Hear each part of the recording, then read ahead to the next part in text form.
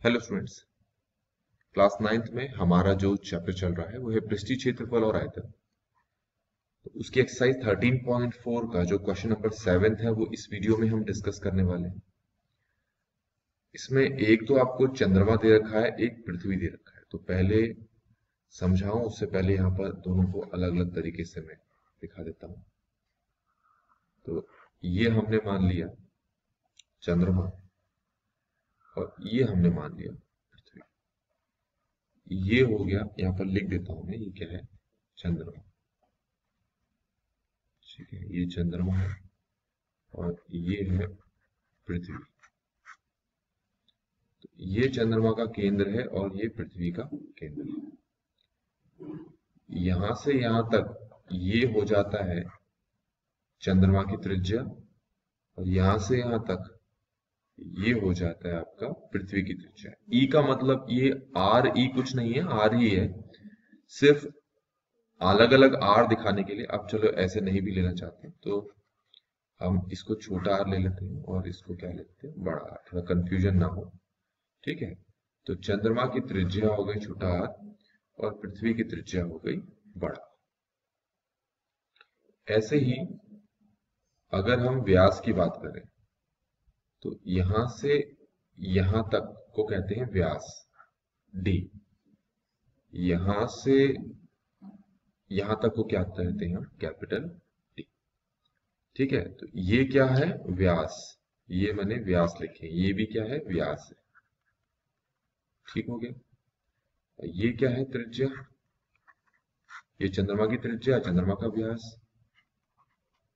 ये है पृथ्वी की त्रिज्या और पृथ्वी का व्यास। क्वेश्चन को आगे बढ़े, जिन जिन चीज को जरूरत है पहले ही लिख दे रहा हूं। अब आपको यह पता है बच्चों कि जो व्यास होता है, ठीक है, और जो त्रिज्या होती है, दोनों के बीच में एक संबंध होता है। क्या होता है, जो व्यास होता है वो दुगना होता है त्रिज्या का। ये चीज आप ध्यान में रखें, ये आपको पहले से पता भी है। ऐसे ही व्यास जो होता है वो क्या होता है, दुगना होता है किसका, त्रिज्या का। यहाँ कैपिटल आर लिखना पड़ेगा, कंफ्यूजन ना। ये दो चीज आपको समझ में आ गई। एक तो ये हो गया आपके पास चंद्रमा का व्यास, पृथ्वी का व्यास, चंद्रमा की त्रिज्या, पृथ्वी की त्रिज्या। अब आते हैं क्वेश्चन में, आगे क्या कहा है। इसमें कहा है चंद्रमा का जो व्यास है पृथ्वी के व्यास का 1/4 है। जरा इसको समझना है। चंद्रमा का व्यास पृथ्वी के व्यास का 1/4 है। इसका मतलब है चंद्रमा का व्यास पहले लिखेंगे, फिर लिखेंगे 1/4 किसका, पृथ्वी के व्यास का, और बीच में रख देंगे हम इक्वल टू। यही चीज हम नीचे लिखने वाले हैं बच्चों। तो क्वेश्चन में है चंद्रमा का व्यास जो है 1/4 है पृथ्वी के व्यास की। तो d की जगह d रहना दो, इस d को 1 से करेंगे मल्टीप्लाई, तो ये d/4 होगा। तो इस तरीके से लिख सकते हैं। ठीक हो गया।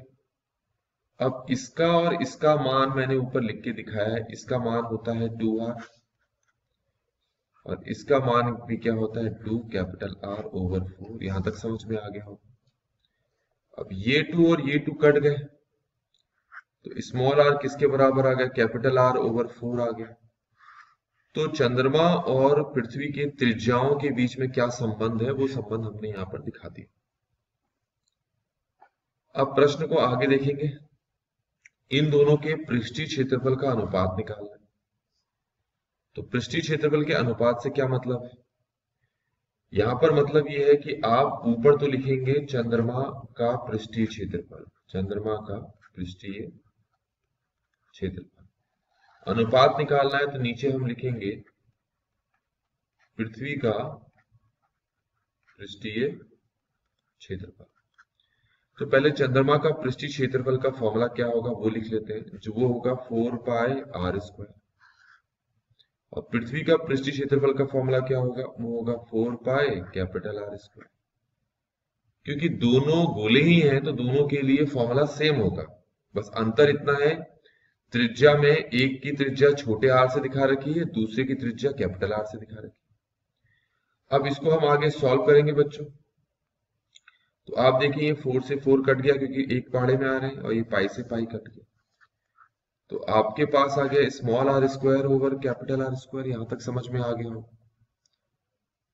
अब स्मॉल आर जो है इसका मान आप देखिए यहां पर कितना है, ये है कैपिटल आर ओवर 4। तो ये जो आर दिखाई दे रहा है इसकी जगह मैं लिख लेता हूं कैपिटल आर ओवर 4, स्क्वायर है तो स्क्वायर लगा दिया। और नीचे क्या है, नहीं नीचे तो आर स्क्वायर है, इसको आर स्क्वायर ही रहने दिया। अब ऊपर को हल करते हैं बच्चों, तो आर का स्क्वायर आर स्क्वायर ही रहेगा, 4 का स्क्वायर कितना हो जाएगा 16, और नीचे क्या है आपके पास आर स्क्वायर है। अब इसको हल करना है बच्चों, तो हल करने के लिए ये दोनों आपस में मल्टीप्लाई होंगे पहले, तो ऊपर आर स्क्वायर है, नीचे हो जाएगा 16 आर स्क्वायर। अब ये आर स्क्वायर और ये आर स्क्वायर एक टेबल में आ रहे हैं, कट गए, तो ऊपर क्या बचा 1 बचा और नीचे क्या बचा 16 बचा। तो इस तरीके से बच्चों हमने चंद्रमा का पृष्ठीय क्षेत्रफल और पृथ्वी के पृष्ठीय क्षेत्रफल का हमने यहाँ पर अनुपात निकाल लिया, वो है 1:16। तो इस तरीके से बच्चों हमारे पास ये जो 7वां क्वेश्चन है वो इस वीडियो में कंप्लीट होता है। आई होप कि आपको ये सोल्यूशन समझ में आया होगा। Thanks for watching.